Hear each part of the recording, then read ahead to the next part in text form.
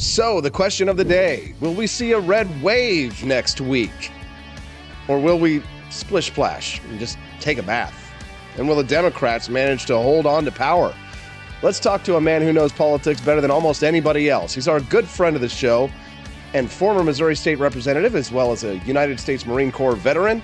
Thank you for your service. Paul Curtman joining us live and on camera right now. Good morning, Paul. How are you, sir? Doing pretty good, Austin. Really glad to be with you again. Yeah, thanks so much for coming on, Paul. We always appreciate your insight. Paul, maybe I'm getting ahead of myself. I'm just feeling a little excited. Maybe it's because it's Friday and the weekend is coming, but I've got a good feeling about next week. What about you? You know, if I have a pretty good feeling about it in terms of being able to push back against the left. I think that we have an opportunity for the GOP to be taking the Senate. If they win every race they're favored to win, they'll have a one senator majority in the U.S. Senate, and of course in the House. You know, the odds are 80% that the GOP is going to wind up taking the House. So as long as we don't snatch victory or snatch defeat out of the jaws of victory, as they like to say, we actually could pull this off and wind up taking the Congress and be a good check on the Biden administration.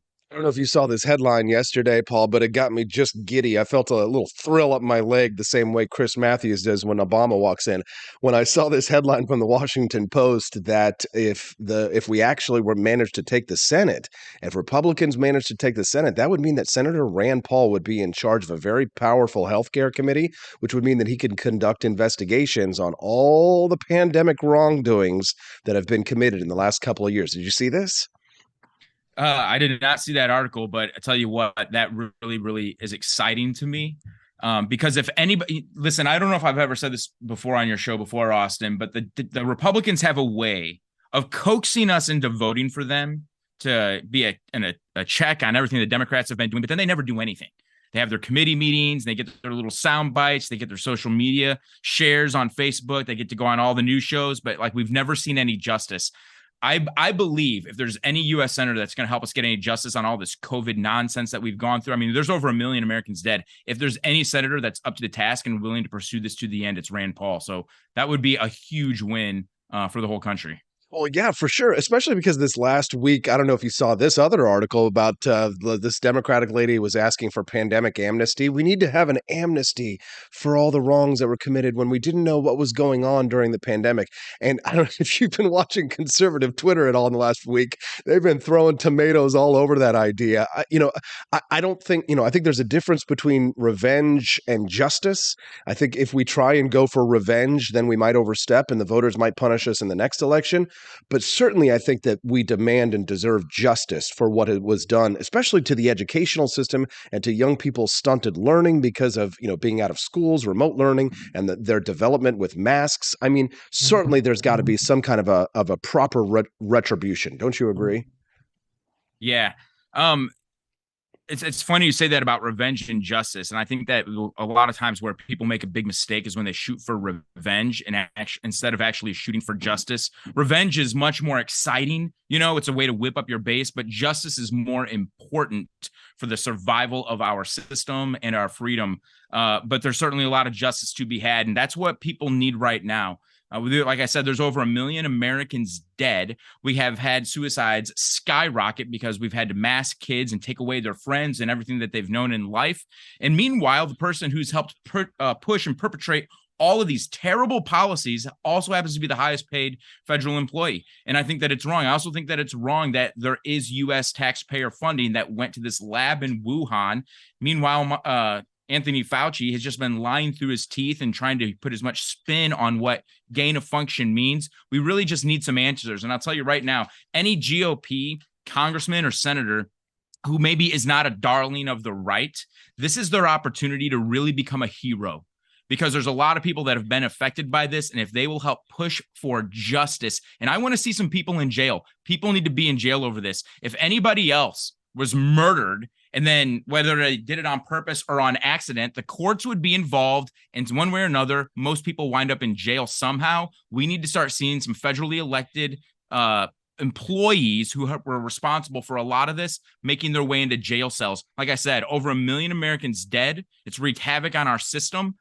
Education system, our jobs. I mean, take into consideration all the people that have lost their livelihood. And there is a correlation between the amount of money people are allowed to make and pursue, and the death rate. There is a correlation there. And so I think that we absolutely need some justice. I really hope Rand Paul winds up in charge of this committee, because I think he's going to take this to the end, and I'd like to see some people in jail. Let's get an applause right now, right here, ladies and gentlemen. Paul Curtman, if you're just tuning in, we're speaking to former Missouri State Representative Paul Curtman. He's also a U.S. Marine Corps veteran.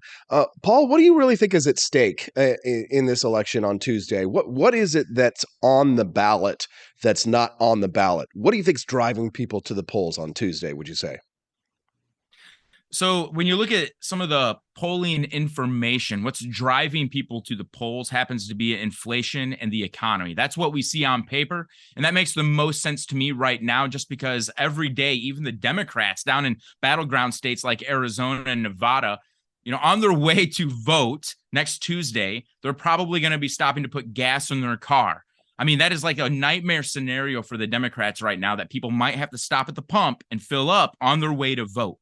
So right now, the Democrats are really hoping that Roe versus Wade is what's pushing people and driving people to the polls, but it's really not. What people really care about is whether or not they can keep more money in their pocketbook. And so when it comes to financial issues, that's one of the things that's at stake. The other thing, though, that's at stake here is, I already kind of alluded to this earlier, the Republicans have a chance. They have a chance to actually take power and actually do everything they say they're going to do. But we've just never seen that before. When it was Lois Lerner targeting conservative groups, when it was Fast and Furious, when it was Hillary Clinton's email scandal, like, Republicans never cared enough to do more than just get some likes on Facebook. If they will care enough and do more, I think the Republicans could hold on to power for years if they would actually just do what they say they're going to do. Yeah, absolutely. Couldn't agree more. Kind of want to switch a little bit topic wise, although it's still in this sort of the same vein of the midterm elections. This morning, I've been discussing an article that was talking about why Hispanic voters are fleeing the Democrats. Largely, it talks about the gender weirdness stuff of the politics of the left, and sort of how the Democrats have overly focused on the niche interests of urban, white, progressive, urbanites, and at the expense of the sort of, chips and salsa table issues of the Hispanic voters, right? The blue collar Hispanics who are, and largely heading more towards the Republican Party, maybe because they're Catholic, maybe because they're more social conservative, but, certainly inflation and the rising cost of living is going to, be a factor in that. But do you think that, for years, the Democrats have said demography is destiny, demography is destiny. I mean, do you see the Republican Party becoming a more diverse party? Or, is demography really destiny? Or is it likely that the Republican Party of today is going to look very different of the Republican Party of tomorrow? Yeah, demography is not destiny, at least not in America. And if that ever becomes the case in America, then we have failed in our mission to keep people free. Demography is not destiny. In our country, people have economic mobility. You can come from any poor slum. You can come from another country, come to the U.S. with no money, and then wind up as a billionaire, manipulating elections. I mean, demography is not destiny in the U.S. But however, I can't necessarily speak to the Hispanic vote maybe with as much confidence as President Biden, because unlike President Biden, I was not raised in a Puerto Rican community.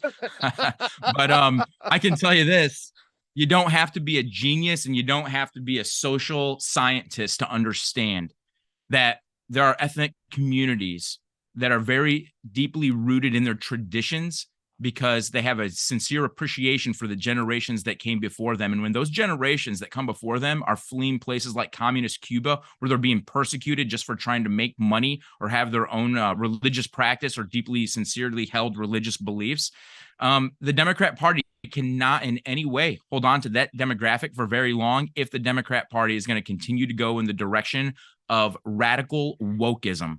And so that's one of the main reasons why I think that we see a lot of Hispanics beginning to flee the Democrat Party, because the Democrat Party has showed them just how different than they are than the people who hold on to a value system. The Democrat Party doesn't have a value system. In fact, they've tried to vote out their value system at their Democrat conventions, only to realize that it made huge mistakes and try to vote stuff back in.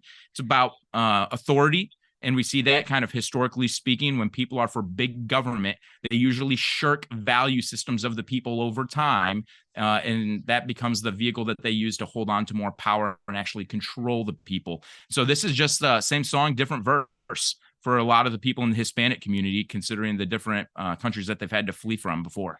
If you're just tuning in, we're speaking to Paul Curtman about the upcoming midterm elections. Paul, a little closer to home, our home state of Missouri, there is I won't call it a high profile Senate race because I'll be honest, between the race between Eric Schmidt and Trudy Busch Valentine has almost been a snoozer and largely gone uncovered, I think, especially by the national media, because I think everybody knows that Eric Schmidt is going to blow her out of the water next week. So I guess really the most important question here to ask is what kind of a U.S. senator do you think that Eric Schmidt will be? So that's a good question. So I've known Eric Schmidt for a while. When he was in the state Senate, I was serving in the House. We worked on legislation together. He represented part of St. Louis that was not dyed-in-the-wool Republican. And so for that reason, I've seen him vote on things that I would not have voted for. But at the same time, I've also seen him become increasingly conservative as people have gotten to know him in his own district. And what I mean by that is as his district got to know him and got more confidence in him, he was able to be a little bit more free with his message. And that's just kind of the dynamic. That's just kind of the path that things take whenever you start building relationships with your constituency. And then, of course, as the Attorney General, I thought he was doing a pretty good job. I really appreciated. I mean, just a minute ago, you and I were talking about the mask and all these COVID mandates that have been so terrible for the country and for our people. Eric Schmidt was one of the leaders in that fight. He was actually one of the leaders bringing other attorney generals from other states into that fight. My hope is this. My hope is he takes that same passion that he had as the attorney general into the U.S. Senate and is the same man, the same conservative, fighting for the same principles and ideals just to help keep our people free. That's what we need here in Missouri is we need a senator who understands that it's his role to help keep our people free and help keep the state of Missouri independent from the federal government. Now, Paul, I know you've stayed busy over the years in your fight for liberty. You've never given up the fight. You've always stayed in it. You're kind of like me now. You're in the media world as well as being, I believe, a financial analyst. So my question to you is, where can people find out more about your work? And I know you've got a radio show. Maybe you'd like to give it a little plug? Yeah, sure. Every Saturday from 12 to noon at News Talk STL. They can stream newstalkstl.com, 1019-941. And then the financial world, if anybody wants to get a hold of me, because the markets are crazy volatile right now and inflation's high and markets are down, prcurtman.com is where they can find me there. prcurtman.com. That's Paul Curtman, a friend of freedom and a friend of the show. Thank you very much for your time, Paul. We're grateful to have you today. Anytime, Austin. Thank you. Thank you very much.